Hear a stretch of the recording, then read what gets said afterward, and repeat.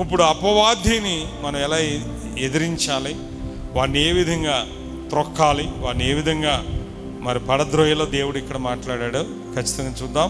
యేసయ్య నామములో దయ్యాలు గజగజలాడతాయి. ఈరోజు అక్కడున్న ఆ దురాత్మలు పట్టిన వాడిని గద్దిస్తే ఆ దయ్యాలను అతను విడిచి పందుల మందలో దూరి వడిగా వెళ్ళిపోయి నీటిలో పడి చచ్చినాయట. యేసుప్రభు గద్దించిన వెంటనే అవి వదిలేసి ఆ వ్యక్తిలోంచి దాదాపు 300 పందులు చచ్చినాయట అక్కడ. అలాగే ఇక్కడ కూడా నడుమొంగిపోయిన స్త్రీ, ఆ బ్యాక్ పెయిన్తో బాధపడుతున్న స్త్రీ 18 సంవత్సరాల నుంచి బాధపడుతుంది. యేసయ్య స్వస్థపరిచిన వెంటనే ఆ దయ్యం వదిలిపోయిన వెంటనే ఆ బ్యాక్ పెయిన్ తగ్గిపోయింది, నడుము సీదా అయిపోయింది. ఈరోజు నీ వ్యాధి వెనకాల వాడు ఉన్నాడు, నీ కుటుంబంలో శోధన వెనకాల వాడు ఉన్నాడు. చాతబడి శక్తులు అనుకుంటున్నాను, దురాత్మ శక్తులన్నా అదే, చాతబడి శక్తులన్నా అదే, మాంత్రిక శక్తులన్నా అవే, సాతాను క్రియలు అన్నీ కూడా ఇవన్నీ నీ మీద పనిచేస్తాయి. కానీ ఇప్పుడు మన యేసుక్రీస్తు బిడ్డల మీద చాతబడులు పనిచేయవు, చిల్లంగితనాలు పనిచేయవు. ఎందుకంటే ఆ దురాత్మలన్నీ నాశనం అయిపోతాయి మన దగ్గరికి వచ్చినప్పటికి. ఒక రోజున ఒక ఊర్లో గొప్ప మాంత్రికుడు ఉన్నాడు, జాగ్రత్తగానంట. ఆ మాంత్రికుడు జరిగిన కాదు ఇది. ఆ మాంత్రికుడి దగ్గరికి ఒకరు వెళ్ళి వాళ్ళకి తమ పడని వారి మీద శాతపడి చేయమని వాడికి డబ్బులు ఇచ్చారట. వాడన్నా ఆదివారం అమావాస రోజు రమ్మన్నాడట. వచ్చేటప్పుడు చెప్పాడట, ఒక నల్ల కోడి, ఒక ఫుల్ బాటిల్, తర్వాత నిమ్మకాయలు, పసుపు, కుంకుమ, తర్వాత ఇంకా అన్నీ వాడు చెప్పాడట. ఇవన్నీ తీసుకుని ఆదివారం అమావాస్య వచ్చేయండి, చేసేద్దాం, చేతపడి అన్నాడు. చేద్దామన్నాడు. వెళ్తే అక్కడికి వెళ్ళారు. వాళ్ళు డబ్బులు ఇచ్చారు, ఎంతో డబ్బులు అడిగాడు, డబ్బులు ఇచ్చారు.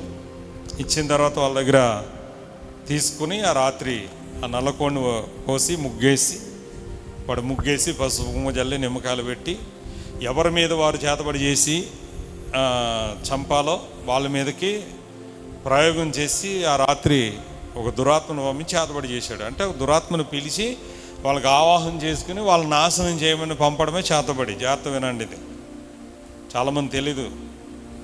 ఆ దురాత్మ అక్కడి నుంచి ఆ రాత్రి వాడు ఆ ముగ్గేసి వాడు మంత్రించి మంత్రాలు చేసి పసుపు కుంకాలు వేసి మొత్తం నిమ్మకాయలు వేసి నల్లకొండు కోసి అక్కడ ఆ పూజ చేసి దాన్ని పంపించాడు. వెళ్ళి ఈ రాత్రి వాళ్ళని చంపేయమని. అయితే ఆ దురాత్మ అక్కడి నుంచి బయలుదేరింది వాళ్ళని చంపేయడానికి. అయితే ఆ తర్వాత వాడు మంత్రగాడు ఏం చేశాడు, శుభ్రంగా ఆ కోసిన నల్లకోడిని ఏపుడు చేసుకుని ఫుల్ బాటిల్ తాగి నల్లకోడి అందులో స్టప్పుగా తీసుకుని మంచిగా తిని ఫుల్ బాటిల్ కొట్టేసి గుర్రకెట్టి నిద్రపోయాడట. ఎవడో మంత్రగాడి, జాతమైన. అయితే ఈ చాతబడి చేసిన దెయ్యం బయలుదేరింది. ఎవరినంటే ఎవరిదైతే చేసిందో వారిని నాశనం చేయడానికి వాడు ఆ దెయ్యం బయలుదేరి అర్ధరాత్రి 12-1 గంట అవుతుంది ఆ టైంలో వెళ్ళింది. వెళ్తుంటే ఒక చోట క్రైస్తవుడి ఇల్లు ఉంది. ఆ దాటాక ఆ చేతబడి చేసిన వారి ఇల్లు, ఎవరైతే వారి మీద చేశారో వారి ఇల్లు ఉంది. ఈ క్రైస్తవుడి ఇల్లు దాటి వెళ్ళాలి ఆ దురాత్మ. ఈ ఇల్లు దాటి వెళ్ళకపోతే ఆ వాడిని చంపలేదు ఆ రాత్రి. అయితే ఈ దేవుని నమ్ముకున్న బిడ్డ ఆ రాత్రి ప్రార్థన చేస్తున్నాడట.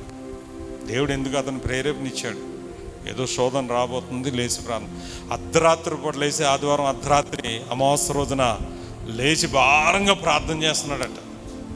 చాలా భారంగా సాతాన్ని ఎదిరించి ప్రార్థన చేస్తున్నాడట. అగ్ని, మొత్తం అగ్ని. ఆ దురాత్మ అక్కడికి వెళ్ళేటప్పటికీ అది దాటలేకపోతుంది. ఈ క్రైస్తవుడి ఇల్లు దాటలేకపోతుందంట. ఎంతగా ప్రయత్నించినా సరే ఆ దురాత్మ ఆ ఇల్లు దాటి పక్కింట్లోకి వెళ్ళకపోతుందంట. ఎందుకంటే ఆ క్రైస్తవుడు తెల్లవారులు ప్రార్థన చేశాడు, రాత్రి అంతా ప్రార్థన చేశాడు దేవుని నమ్ముకున్నాయి.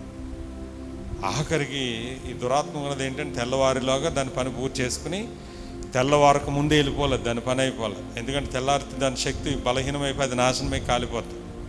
అందుకే అది ఏం చేసిందంటే తిరిగి ఎవడు పంపించాడో మంత్రగడి దగ్గర తిరిగిపోయిందంట. ఎవరి దగ్గర పోయింది? ఇంకా వాళ్ళ మీద పని అవ్వలేదు. ఎందుకంటే ప్రార్థన అడ్డు వచ్చేస్తుంది. వీళ్ళు ప్రార్థన చేస్తున్నారు, అది వెళ్ళలేకపోయింది, వాళ్ళ మీద అటాక్ చేయలేకపోయింది.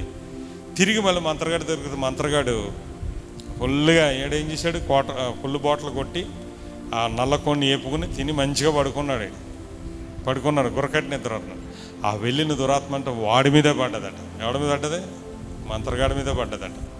ఆఖరికి ఆ మంత్రగాడిని మీద పడి ఆడిని మింగేస్తాడు. తెల్లాటి రక్తం కక్కుని చచ్చిపోయాడట మంత్రగాడు. ఏమైపోయాడు? రక్తం కక్కుని చచ్చిపోయాడట మంత్రగాడు. చూసారా దేవుని ప్రార్థన ఎంత శక్తి ఉందో. అందుకే దెయ్యాలు దేనికి భయపడతాయి తెలుసా? దురాత్మలు యేసు నామానికి భయపడతాయి.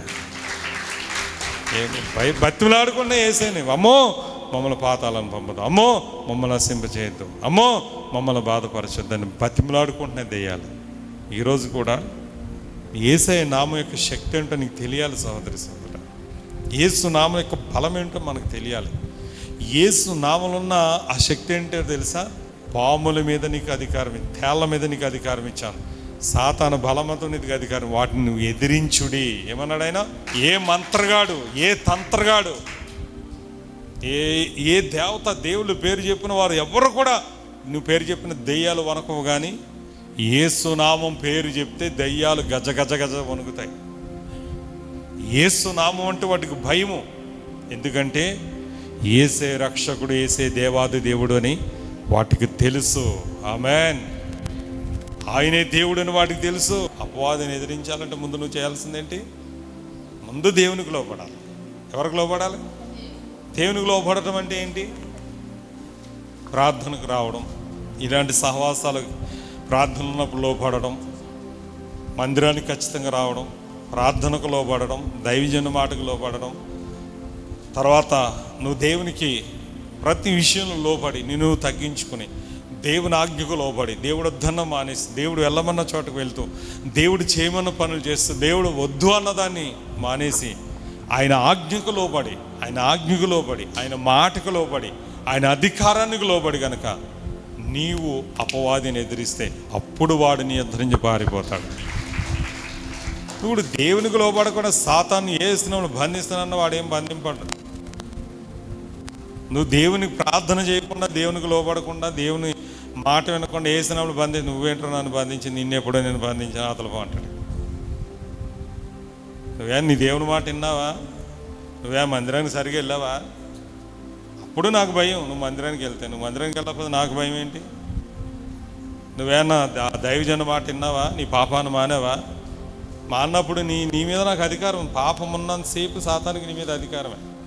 కోపం ఉన్నంతసేపు నీ మీద సాతానికి అధికారం. ఎందుకంటే లక్షణాలని పాప లక్షణాలు ఎవరి పాపం చేసే గుణం ఎవరిది?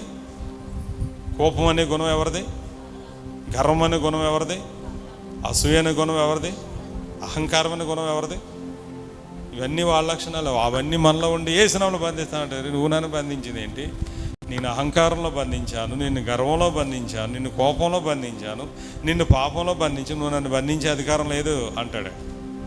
ముందు దేవునికి లోబడడం అంటే ముందు మనం సరి చేసుకుని, మన కోపాన్ని తగ్గించుకుని, మన గర్వాన్ని తగ్గించుకుని, మన పాపాన్ని వదులుకొని పూర్తిగా మనం అందరం నీతిమంతులుగా మారి మనం దేవునికి లోబడిన తర్వాత అప్పుడు సాతాన నిన్ను యేసు నామములో పొమ్మని ఆజ్ఞాపిస్తానంటే వాడు నిన్ను వదిలిపెట్టి పారిపోతాడట. గట్టిగా ఏముంది? దేవునికి లోబడి అపవాదిని ఎదిరించడి, అప్పుడు వాడు మీ యొద్ద నుంచి పారిపోతాడు.